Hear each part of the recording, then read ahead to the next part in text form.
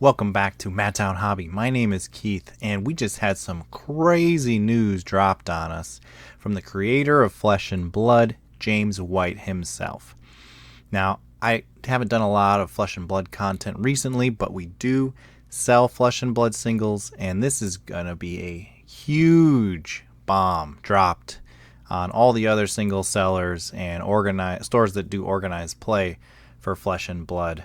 Essentially, they brought out the ban hammer for a lot of very powerful and overpriced cards that a lot of the faster, more aggressive decks take advantage of. But it's a very interesting thing to see when a game makes a controversial move like this, so it's fascinating to me, and I thought that would be interesting to talk about here. So we've got our banned and restricted announcement. And here in the beginning, James White goes over a little bit of the history of Flesh and Blood and their development philosophy. The game is coming up on the 5th anniversary, which is quite a milestone. Not a lot of games make it to 5 years and are continuing to grow. So in the time that it's been around for those 5 years, there are now 14 sets, 3,000 unique cards, and 3 sets finished and in production for 2025. So they're already looking ahead to their next year, and that probably played a big part in why they came out with these bannings. So here is a little bit of a blurb they said from the original welcome kit. Back when Flesh and Blood started, they actually sent like every LGS a welcome kit, they called it, to introduce the game to those stores to get them to carry it. It took them a lot of work to get into new stores, but they talked about their design philosophy that as a game, instead of starting at nothing and then building up to become more powerful, Flesh and Blood, actually, you start with all of your equipment, all of your deck. You start basically at full power, like 2 warriors, like 2 fresh fighters, and you then go toe-to-toe and beat each other down, and it comes down to surviving each other. The reduced variance, like every card can, most of them can block, they can be pitched for something, or they can be played. Basically, there's no wasted cards in a fab deck, and that's that every card counts as well. And it's supposed to be a game where it's not so much about random luck, that you can get combos, you can put things together, but the game goes turn to turn, not really one turn kill style for most of the time. It's more about incremental advantages where you just do a little better than your opponent over the course of the game, turn by turn, and build up a lead, build up that win. Let's see here. Yeah, they talk about how they're sort of resetting. They want to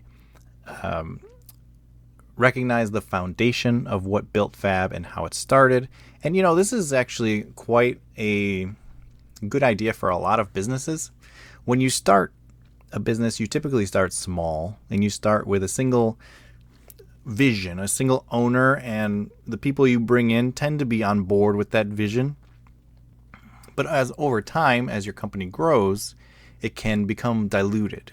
That you bring on new people, they weren't there in the beginning, they don't have the same connection to that foundation. So you gotta constantly sort of remind everybody what the direction of the company is supposed to be and where it's going. And he lists some things here about the way they want to design heroes that are unique, the way they want them to have an identity based on their class or talent, that if you like Rangers, you're going to like this Ranger that comes out, but if you want to play a different Ranger, they'll be unique in that they will have different skills and play different cards, but they'll still have the identity of a Ranger. All right, but here's what it comes down to right here. banning in Classic, Constructed, and Blitz effective September 9th, so you still got 6 more days to play these cards. Art of War, Bonds of Ancestry, Cash In, Orion of Mystic Tenets, and then Tome of Aetherwind, Tome of Divinity, Tome of Fjendal, Tome of Firebrand. The one that's basically got everybody in an uproar right now is Art of War. This card came into the game with Arcane Rising. Which was the second set of the game, so it has been very, very useful for a lot of people throughout the course of the game. This card has always been at least $30 or $40. A rainbow foil set of these cards can be like $100 each card. Did they come out with a cold foil one in the Judge Packs Art of War? A very, very in-demand collectible card, but easily one of the cards that, because of the way it works, it's incredibly flexible. It lets you filter cards by discard or banishing a card. It lets you draw. Gives you a lot of options, and that optionality is essentially made it a staple in many, many decks, and it is just too powerful. So they decided to get rid of it. I think a lot of people saw this one coming, that it should have been banned a long time ago before it became such a powerhouse of a card. But, they try not to get rid of all of the powerful generics. I could argue that Command and Conquer, a card that pops up and down between $70 and $100 for the basic non-foil version, that a playset of those being in most decks costing you at a bare minimum that $240 to $300, that's crazy. There are entire decks in other games that cost less than a playset of Command and Conquer. So, but they left that one alone. They made Command and Conquer a Fable in a previous set, which is like the highest rarity card, and they made it a unique art. So to ban that one at this point would definitely be a bit overkill.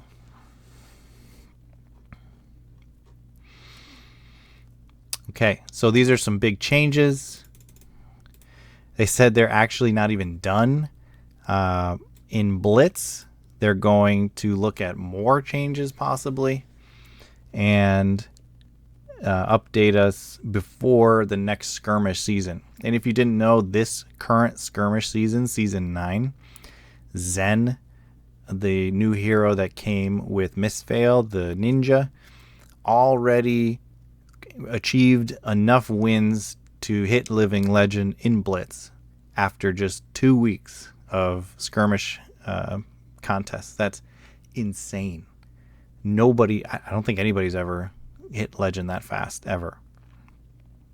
And at the same time, Dash in Blitz, as well as Briar finally in Blitz, also hit Legend. So those were 3 heroes going Legend at the same time right now, and there's still another week of this skirmish season left. So now all the other people, if you were working on one of those decks and your skirmish had not happened yet, well, now you have to switch to a completely different hero for next weekend's contest. So that's pretty crazy, but it should make things at least more interesting to see from my perspective. So, all right.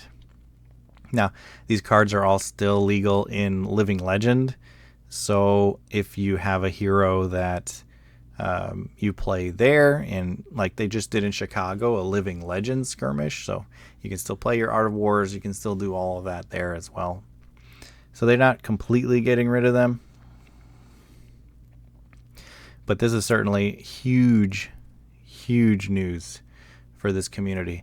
I know there's a lot of collectors on that side of the community. They're freaking out right now and having to process. But I don't know if we have any Art of Wars in stock, but okay, we'll see. See if those drop in price, and then you can get a play set for your Living Legend decks, I guess. Well, here we go. Did a little quick breaking news update for Flesh and Blood. We do have singles for Flesh and Blood on madtownhobby.com, and looking forward to actually carrying sealed products soon. We have Rosetta on the way, and we'll have that in stock as well. So hope everybody has a great day, and we'll see you next time.